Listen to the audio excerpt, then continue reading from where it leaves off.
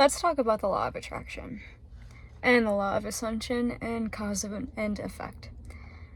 If you were to choose in your mind to say that you're an artist, and you believed wholeheartedly that you are an artist, but you did not take the actions daily to show up as a practitioner of that, what would this be considered? Delusion. Because you're not actually putting in the work to cultivate the craft of what the artist is. So a lot of people get it wrong. They think, if I think that I'm going to have $1 million, I'm going to have $1 million. No. That's not how it works. That's a component of how it works, but it's not the full picture, because there's the law of cause and effect. And if you're not acting out of that placement of creative inspiration, the effect, you wouldn't have the effect of being the artist, the creator. And so it's really important to look at this in your life and take a realistic inquiry and be like, okay, what are the things that I'm saying to myself? Do they align with the type of life I want? And if they do, let's say you do want to be an artist. Great. Now you move into phase 2. Phase 2 is assuming that you already are and acting out of that. And when you act out of this, when you act out as an artist and you take that creative inspiration and make it tangible and bring something creative, you're going to see the exponential growth within you, the cultivating that skill. And it's really simple. It's simple, right? It's like you are what you think you are in some sense. Because what you do so if you're thinking you're something and you're not acting in accordance to it, there's a belief system that's running in the background that's stopping you from acting out of the way that you want to. And that's the thing that needs to be addressed in the subconscious mind. What is the belief system, the subconscious belief that is creating resistance?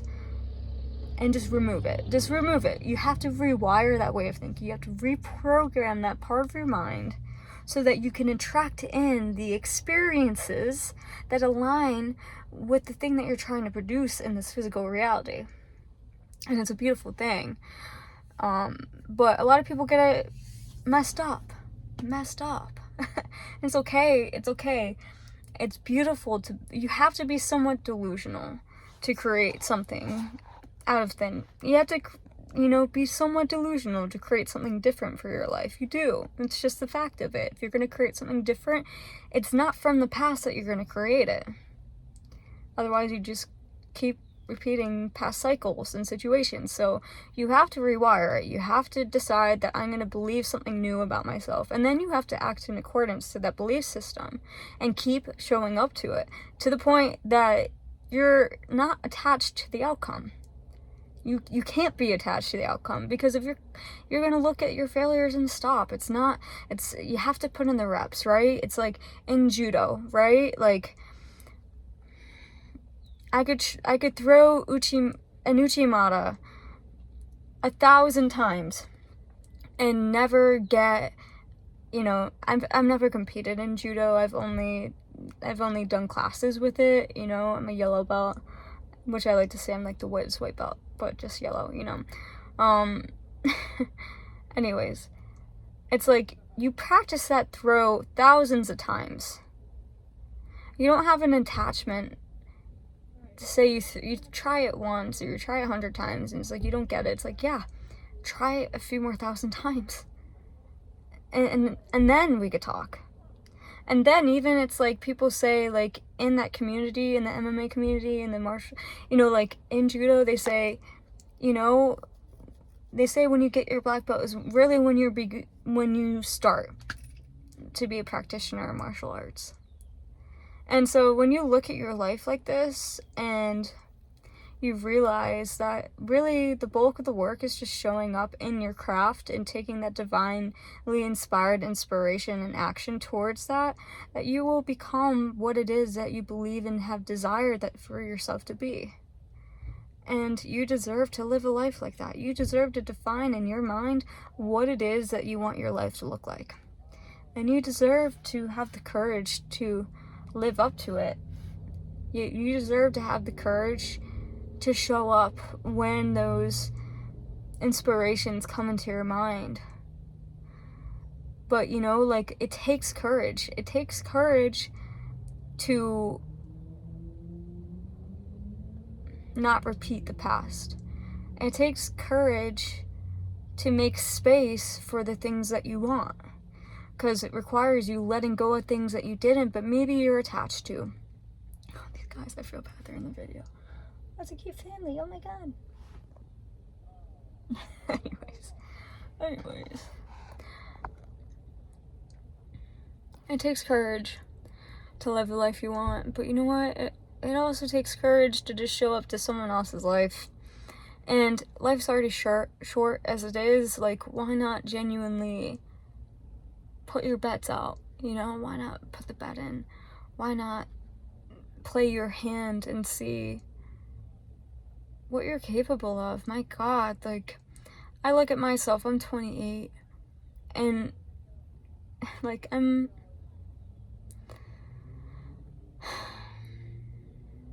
only 10 years into my adulthood, so I can't be upset at myself that I'm not driving yet.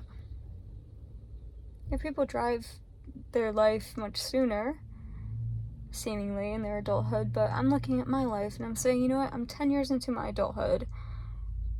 I have so much still to learn in my maturity of how these things work.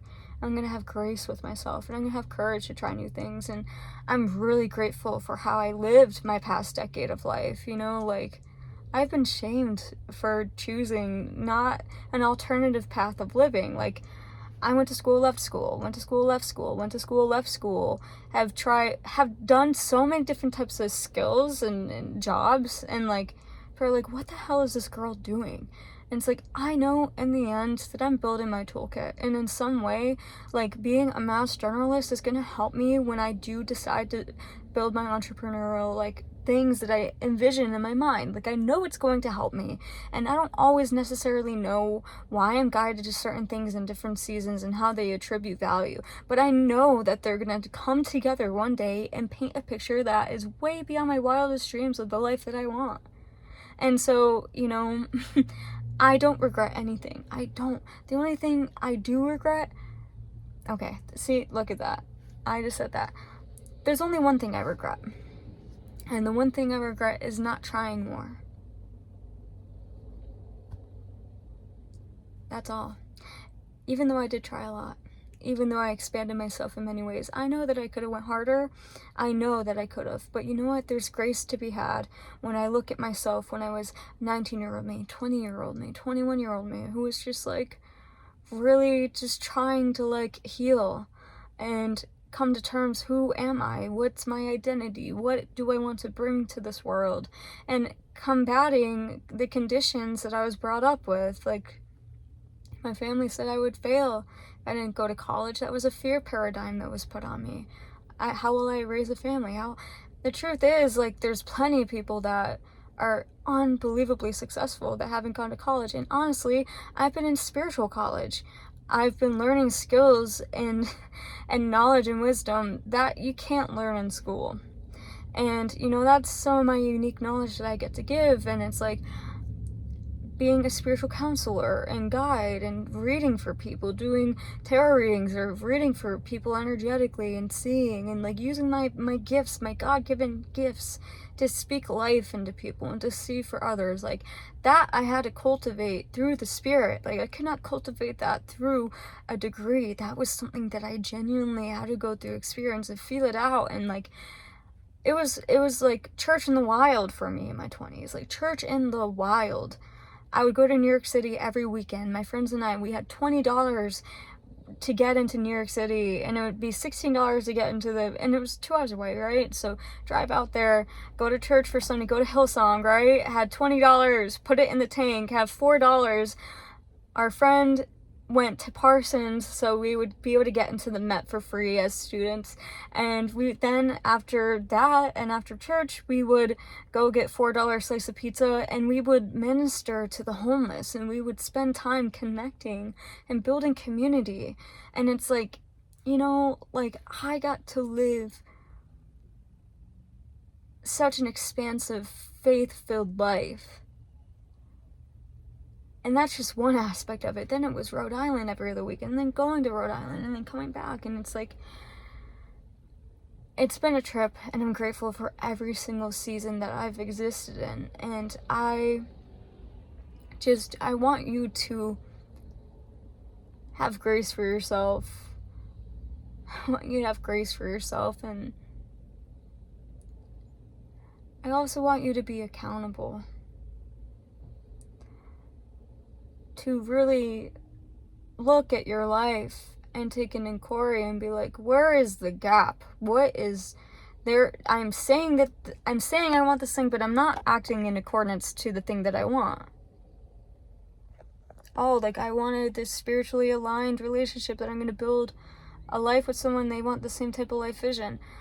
I was in a relationship with someone who didn't see eye to eye with me in this, didn't have a spiritual connection the way that I did.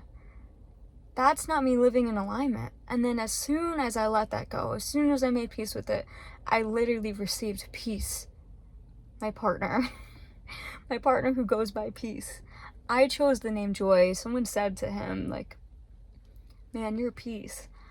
And that's like one of the names he goes by, which is like so mind-blowing to me. It's like, when does that happen? Who else? It's just such a rare thing, you know. I've been Joy for 9 years. My best friend said to me, after I left school, I left it years ago. This was like, I was 19 years old or 18 years old, just left college again, had an internship with the National Society of Leadership and Success, and I was like, fuck, I had to tell these guys that I'm leaving school because of mental health. I had just gotten out of an extremely abusive relationship. I decided to go to school because I really wasn't allowed to see my friends. Like, I would get emotionally, mentally abused about it. And I was like, fuck, like, I guess, like, I was working at a chocolate factory and just, like, hated my life. I was like, what am I doing? Like, I experienced what it was like the year prior to be in ministry and be on mission and feel so lit on fire for that. And then I saw the contrast of not having that in my life at all. And it was like, I had this moment again where I finally had the strength to be out of that relationship. And the person miraculously was moved across the country, like, literally moved on the other side of the country. I was like, wow, like, God, you're so good. And so, you know, I decided to leave school. I told my family, I'm like, well, you know, don't be surprised if you're homeless. I'm like, oh, okay, well, I'm going to Texas. I go to Texas, like 2-3 days later, I'm in Texas with we fly out and we land in San Antonio. It's butterfly migration season, and my best friend, she looks at me, she's like, I really feel like God is saying in your life, like, joy. I was like, it just hit me, and I'm like seeing thousands of white butterflies in the air. I'm just like, I am joy. And I just kept like gnawing on that word. And joy is like a state of being. It's like enduring and embracing for something greater, you know? And I started then to live in accordance with what joy was.